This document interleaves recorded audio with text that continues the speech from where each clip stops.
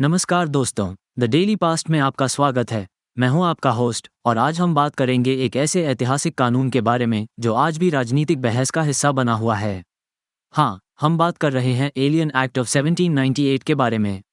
अगर आपने ये नाम पहली बार सुना है तो चिंता मत करें, मैं सब कुछ विस्तार से समझाऊंगा।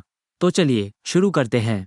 सबसे पहले overview of the alien act of 1798। 1798 में जब जॉन एडम्स अमेरिका के राष्ट्रपति थे, उन्होंने कुछ कानून पास किए थे जिनका नाम था एलियन एंड सेडिशन एक्ट्स, और इनमें से एक था एलियन एक्ट।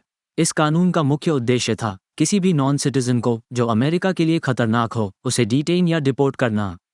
सीधे शब्दों में कहें तो अगर कोई विदेशी अमेरिका में रह रहा था और लगता था कि वह देश के लिए खतरा है, तो राष्ट्रपति के पास उसे देश से बाहर करने की ताकत थी।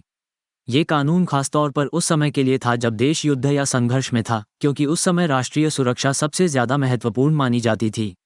तो कह सकते हैं कि यह एक वॉर टाइम लॉ था। अब देखते हैं इसकी हिस्टोरिकल कॉन्टेक्स्ट एंड यूसेज। अब आपको ये जानकर अच्छा लगेगा कि यह एलियन एक्ट सिर्फ 1798 में नहीं बल्कि कई बार अमेरिका के इतिहास में इस्तेमाल हुआ।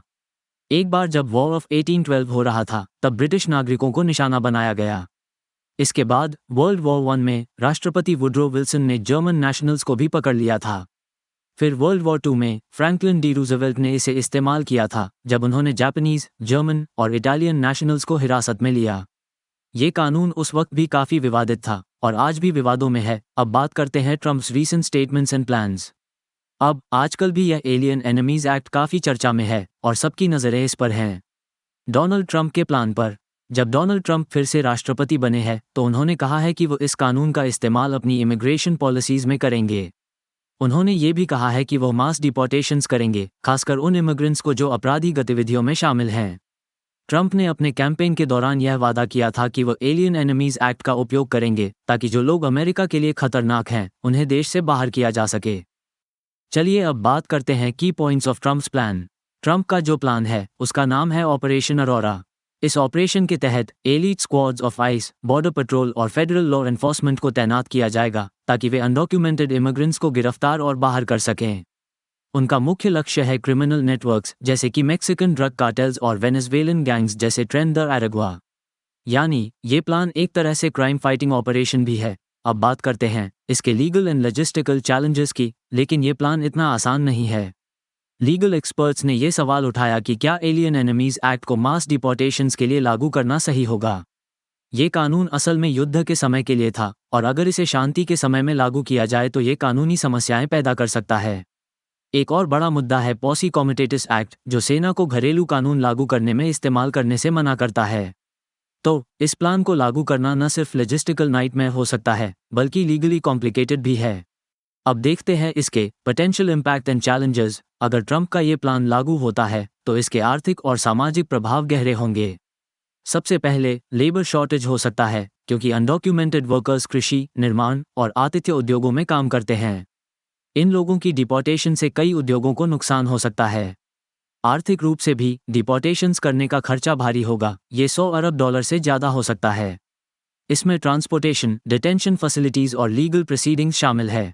इसके अलावा अनडॉक्यूमेंटेड इमिग्रेंट्स हर साल अरबों डॉलर टैक्स के रूप में योगदान करते हैं। अगर उन्हें हटा दिया जाता है तो टैक्स रेवेन्यू लॉस भी होगा। अब बात करते हैं इसके social impact, family and community disruption, और जो सबसे बड़ा सामाजिक असर होगा वह है फैमिली सेपरेशन। सोचिए, एक परिवार में कुछ लोग कानूनी हैं और कुछ नहीं, तो अगर मास डिपोर्टेशंस होती है तो इन परिवारों का क्या होगा। ये लंबे समय तक मानसिक और सामाजिक असर डाल सकता है। इसके अलावा डर और मिसट्रस्ट भी बढ़ सकता है, खासकर इमिग्रेंट कम्युनिटीज़ के बीच। अगर लोग कानून प्रवर्तन से डरने लगते तो इससे सोशल कोहीजन पर भी असर पड़ता है। और अब देखते हैं रिएक्शंस, सपोर्टर्स वर्सेस क्रिटिक्स।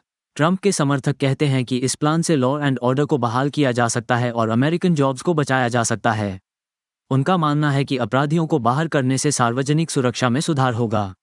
लेकिन क्रिटिक्स जो हैं, उनका कहना है कि यह प्लान ह्यूमैनिटेरियन दृष्टिकोण से गलत है। इमिग्रेशन और ह्यूमन राइट्स ग्रुप्स का मानना है कि मास डिपोर्टेशन का असर बहुत गंभीर हो सकता है। उनका कहना है कि यह योजना सिर्फ इम्प्रैक्टिकल ही नहीं बल्कि इकोनॉमिकली डैमेजिंग भी हो सकती है।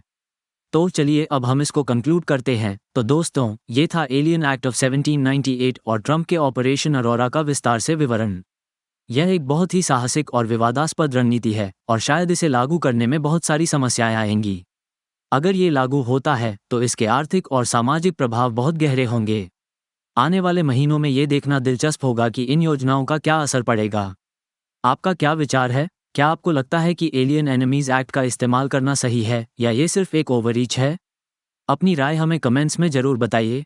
अगर आपको यह वीडियो पसंद आया हो तो लाइक ज़रूर करें और सब्सक्राइब करना ना भूलें। मैं मिलता हूं आपसे अगले एपिसोड में। तब तक के लिए stay curious, stay informed and keep watching the daily past.